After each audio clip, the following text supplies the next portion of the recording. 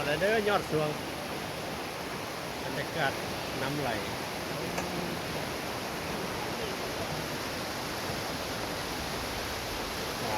ทุกเรื่อง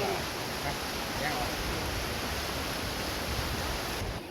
นี่ครอบครัวของเราครอบครัวมีแค่สามครอบครัวเทียนนายนี่ขุดป่าได้เลยอุดมสมบูรณ์แท้อยู่ที่นั่นไก่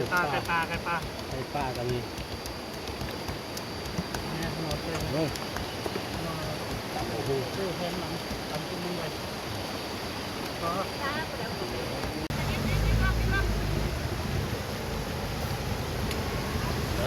ปีกบปีงไก่โอ้แซ่บๆมื้อนี้บรรยากาศ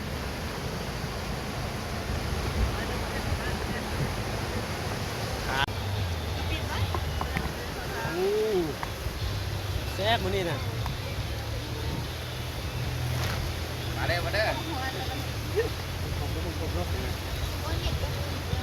กบห้อยเด้อกบห้อยเด้อ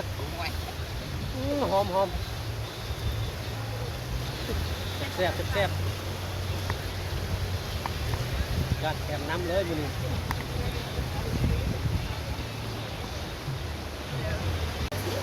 โอ้แซ่บๆเลยโอ้ยจะจับได้เว้ย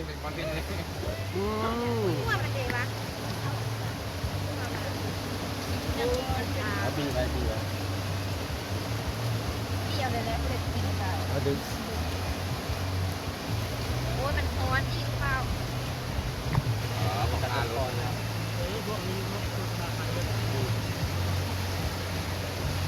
นี่ตุ่นไก่ตุ่นไก่ป่าตุ่นไก่เขาเรียกว่าเป๋มาเนาะสุดยอดมันก็เป๋มาแล้วแซ่บแล้วมันจะถึงอะไรนี่มาเด้อนี่ตำหุ่งปิ้งไก่ปิ้งกบ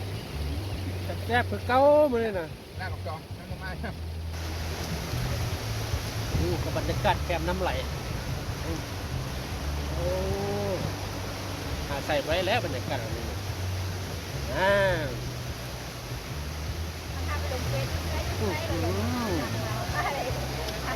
มันเป๋ลีแล้ว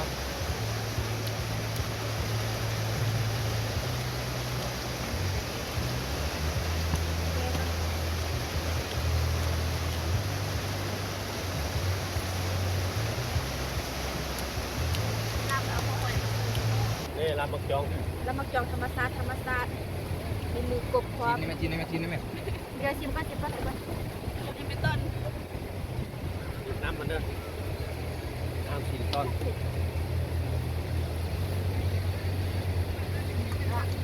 ไปแล้วป่ะโอเคจับแล้วเชิญวิวธรรมศาสตร์อีกโอ้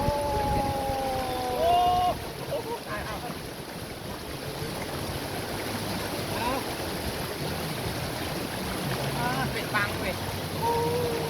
เก็บกิน